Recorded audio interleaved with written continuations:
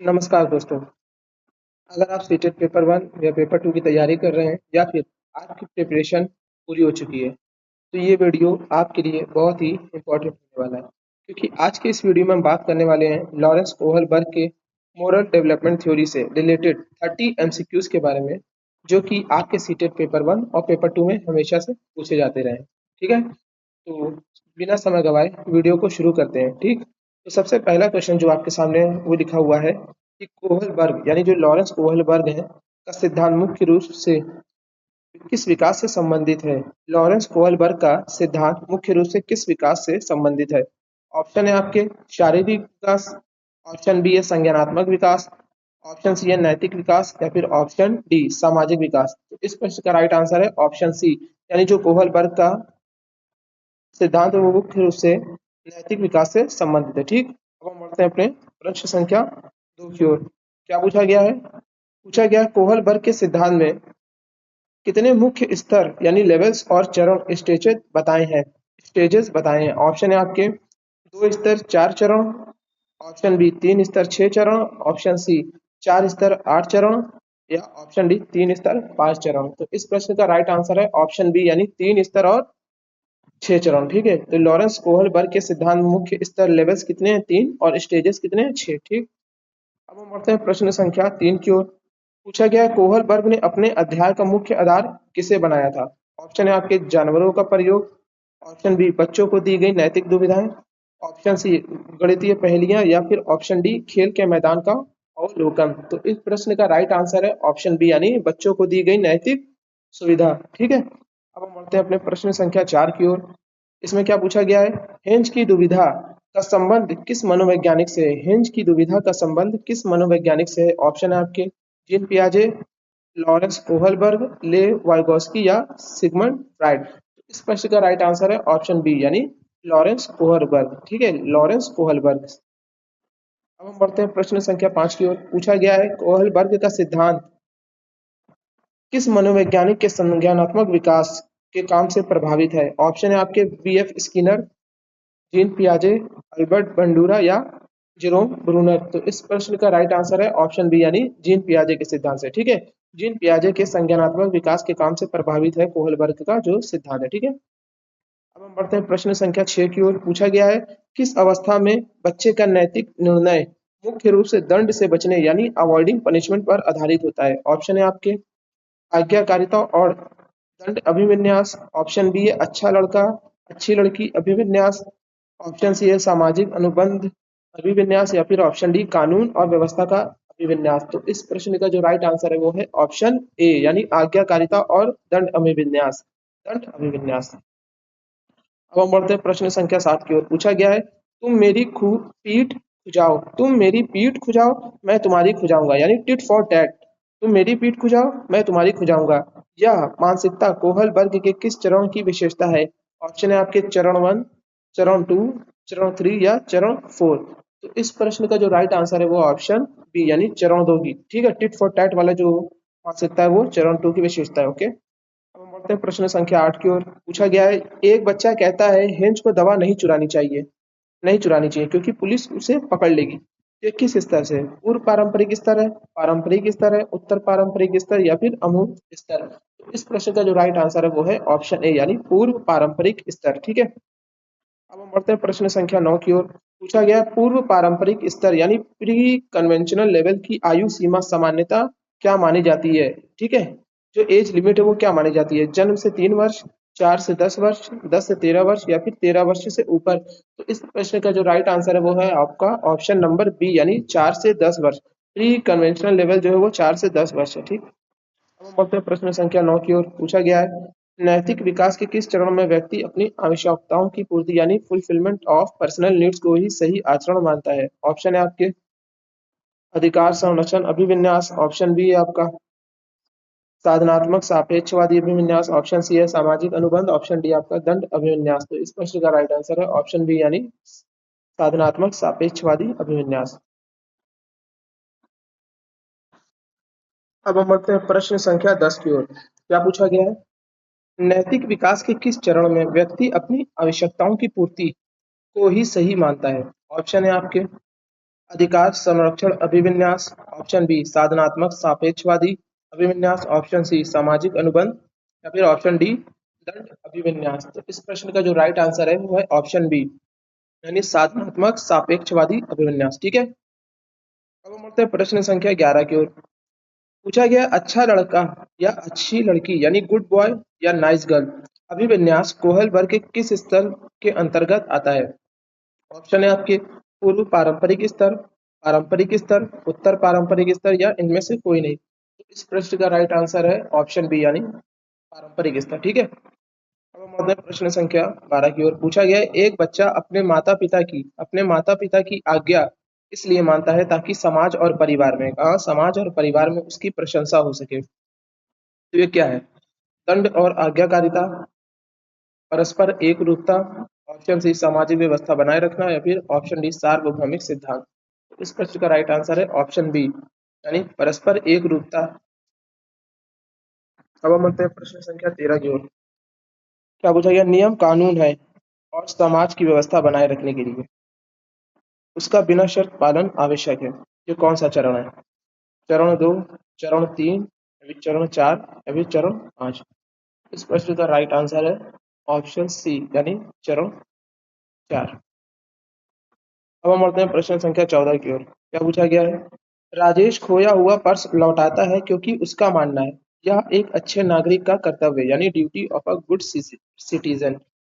ये कौन सा उत्तर है? पूर्व पारंपरिक है, उत्तर पारंपरिक या संवेदीगामक है। तो इस प्रश्न का राइट आंसर है ऑप्शन बी यानी पारंपरिक।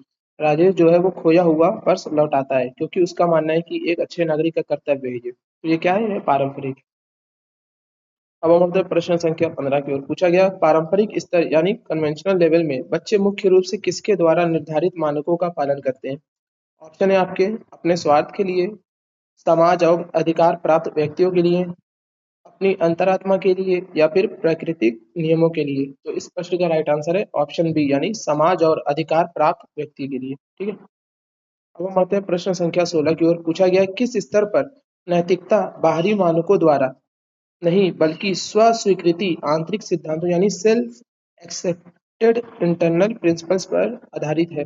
ऑप्शन है आपके पूर्व पारंपरिक स्तर, उत्तर पारंपरिक स्तर या फिर पूर्व संक्रियात्मक स्तर। इस प्रश्न का राइट आंसर है ऑप्शन सी यानी उत्तर पारंपरिक स्तर पर। अब हम बढ़ते हैं प्रश्न संख्या 17 की ओर। पूछा गया सामाजिक अनुबंध अभिविन्यास यानी सोशल कॉन्ट्रैक्ट ओरिएंटेशन में व्यक्ति क्या मानता है।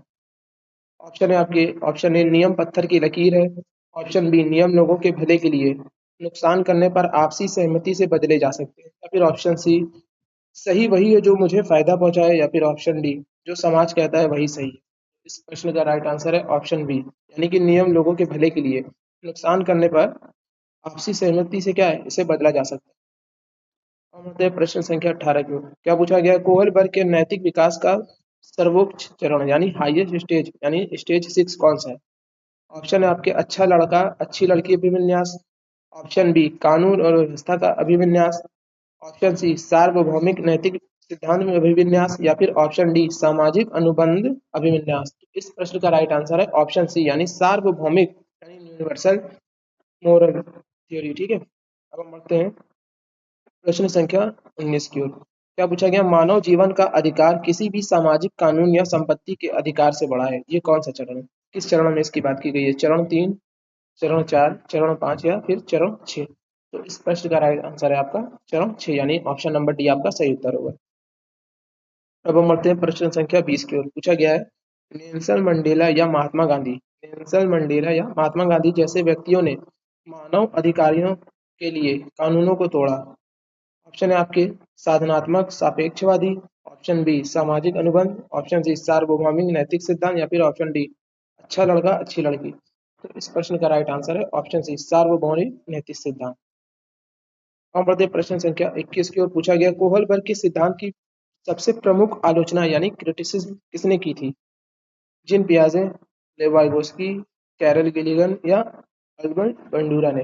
तो इस प्रश्न का जो राइट आंसर है वो है ऑप्शन सी कैरल गिलिगन ने जो है वो कोहलबर्ग के सिद्धांत की सबसे प्रमुख यानी सबसे प्रमुख आलोचना की थी। ठीक, अब बढ़ते हैं प्रश्न संख्या 22 की ओर। क्या पूछा गया है कैरल गिलिगन ने कोहलबर्ग के सिद्धांत की आलोचना किस आधार पे की थी? जो आलोचना की थी वो किस आधार पे, किस बेसिस पे की थी? ऑप्शन है आपके, इसमें बच्चों की आयु का सही वर्गीकरण नहीं है। ऑप्शन बी, यह केवल पश्चिमी संस्कृति पर लागू होता है। ऑप्शन सी, यह पुरुषों के दृष्टिकोण पर केंद्रित है और महिलाओं की देखभाल की नैतिकता की अनदेखी करता है। ठीक है। ऑप्शन डी है आपका, यह संज्ञानात्मक विकास को महत्व नहीं देता।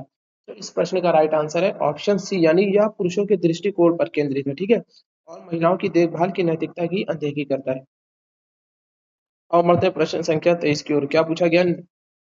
नैतिक तर्क यानी मोरल रीजनिंग का से क्या तात्पर्य है? मोरल रीजनिंग से क्या तात्पर्य है? ऑप्शन है आपके, बिना सोचे समझे काम करना, सही और गलत के बारे में निर्णय लेने की सक्रिय चिंतन प्रक्रिया, ऑप्शन सी है समाज के डर से सही काम करना, या फिर ऑप्शन डी केवल अपनी भलाई के बारे में सोचना। तो इस प्रश्न का राइट आंसर है ऑप्शन बी, सही और गलत के बारे में, गलत के बारे में यानी निर्णय लेने की सक्रिय चिंतन प्रक्रिया। अब हम बढ़ते हैं प्रश्न संख्या 24 की ओर। पूछा गया, नैतिक विकास एक क्रमिक और सार्वभौमिक प्रक्रिया यानी सीक्वेंशियल एंड यूनिवर्सल प्रोसेस है। क्या कोहलबर्ग इससे सहमत थे? ऑप्शन है हाँ, नहीं, केवल किशोरावस्था तक, या फिर केवल पश्चिमी देशों में। तो इस प्रश्न का राइट आंसर है ऑप्शन ए हाँ, कोहलबर्ग जो थे वो क्रमिक और सार्वभौमिक प्रक्रिया से विकास से सहमत थे।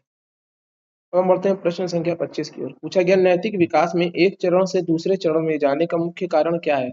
ऑप्शन है शारीरिक वृद्धि, ऑप्शन बी है संज्ञानात्मक परिपक्वता और सामाजिक अंतःक्रिया, ऑप्शन सी है स्कूल की सजा या आर्थिक स्थिति। तो इस प्रश्न का जो राइट आंसर है वो है ऑप्शन बी, यानी संज्ञानात्मक परिपक्वता और सामाजिक अंतःक्रिया। अब हम बढ़ते हैं अपने प्रश्न संख्या 26 की ओर। क्या पूछा गया है? एक छात्र नकल नहीं करता क्योंकि उसे लगता है कि अगर सब नकल करेंगे तो पूरी शिक्षा व्यवस्था चरमरा जाएगी। ये कौन सा चरण है? चरण एक, चरण तीन, चरण चार, या फिर चरण छह? तो इस प्रश्न का जो राइट आंसर है वो है ऑप्शन सी। एक छात्र है वो नकल नहीं करता क्योंकि उसे लगता है कि अगर सभी नकल करेंगे तो पूरी शिक्षा व्यवस्था जो है वो चरमरा जाएगी। तो ये कौन सा चरण है? चरण चार, कानून और व्यवस्था का पालन करता है। ठीक। अब बढ़ते हैं प्रश्न संख्या 27 की ओर। पूछा गया है, कोहलबर्ग के सिद्धांत में नैतिक यथार्थवाद यानी मोरल रियलिज्म की झलक किस स्तर में सबसे अधिक देखने को मिलती है? ऑप्शन है पूर्व पारंपरिक, पारंपरिक, उत्तर पारंपरिक, या प्याजे का शब्द है, कोहलबर्ग का नहीं। इस प्रश्न का राइट आंसर है ऑप्शन है, यानी पूर्व पारंपरिक। अब बढ़ते हैं प्रश्न संख्या 28 की ओर। पूछा गया, किस चरण में व्यक्ति महसूस करता है कि सही काम वह है जो व्यक्तिगत अधिकारों यानी इंडिविजुअल राइट्स को बनाए रखता है? ये कौन सा चरण है? चरण टू, चरण चार, चरण पाँच, या फिर चरण छः? तो इस प्रश्न का राइट आंसर है ऑप्शन सी, यानी चरण पाँच, यानी सामाजिक अनुबंध को बनाए रखता है। ठीक है। अब हम बढ़ते हैं प्रश्न संख्या 29 की ओर। पूछा गया, शिक्षिका पूछती है, क्या एक गरीब व्यक्ति को भूखे बच्चे के लिए ब्रेड चुरानी चाहिए? ये क्या है? संज्ञानात्मक संघर्ष है, नैतिक दुविधा है, नैतिक पतन है, या सामाजिक समझौता है? तो इस प्रश्न का राइट आंसर है नैतिक दुविधा। ठीक है। अब हम बढ़ते हैं प्रश्न संख्या 30 की ओर, जो आज का हमारा लास्ट प्रश्न होने वाला है। क्या कोई व्यक्ति किसी चरण को छोड़कर यानी स्किप करके सीधे अगले चरण में जा सकता है? ऑप्शन आपके हाँ, यदि वह बहुत बुद्धिमान हो। ऑप्शन बी नहीं, ये चरण एक निश्चित क्रम यानी सिक्वेंशियल में चलता है। ऑप्शन सी हाँ, उचित शिक्षण देकर, या फिर ऑप्शन डी या संस्कृति पर निर्भर करता है। तो इस प्रश्न का राइट आंसर है नहीं, ये चरण एक निश्चित चरण क्रम में चलता है। तो ये थे आपके आज के 30 मोस्ट इम्पोर्टेंट PYQ, जिससे रिलेटेड प्रश्न या जिससे रिलेटेड क्वेश्चंस आपके सीटेट पेपर 1 और पेपर 2 में पूछे जाते हैं। तो आई होप कि ये वीडियो आपको अच्छी लगी हो।